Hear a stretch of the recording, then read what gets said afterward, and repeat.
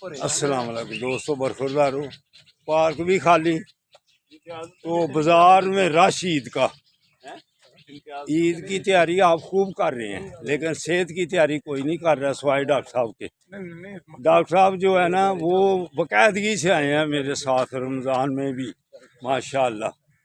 तो जफ़र बेटा भी आता रहा, जफ़र भी आता रहा, और रात को भी आता है, जॉगिंग भी करता है। तो जमील भी आता है, लेकिन बाकी सब छुट्टी पे हैं। क्यों छुट्टी पे हो? ईद की तैयारी कर रहे हो हैं?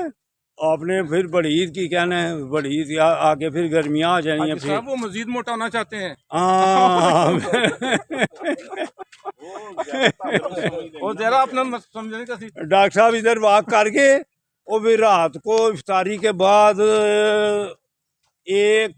सिर्फ 1 घंटे के अंदर अंदर फिर वो क्लिनिक पर चले जाते हैं, ताकि आपको हिफाजत में रखा जाए। लेकिन आप सैर करने से पीछे रहें। लेकिन डॉक्टर साहब का टाइम इफ्तारी के बाद है, फिर ज़रूर उधर वहाँ मिलना।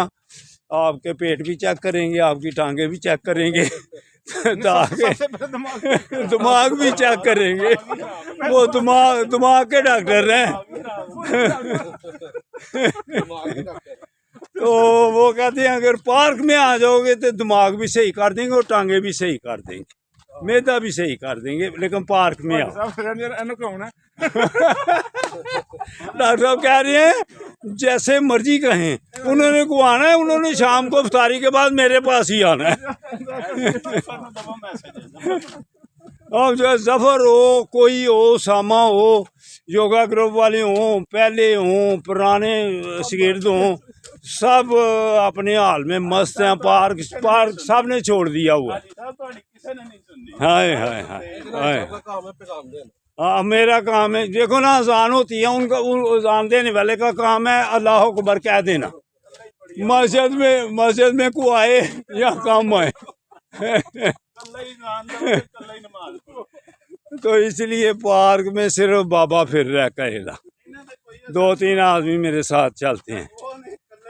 तो बेटो सेहत बनानी है तो फिर वॉक करनी पड़ेगी। अल्लाह हाफिज़, अल्लाह हाफिज़, अल्लाह हाफिज़।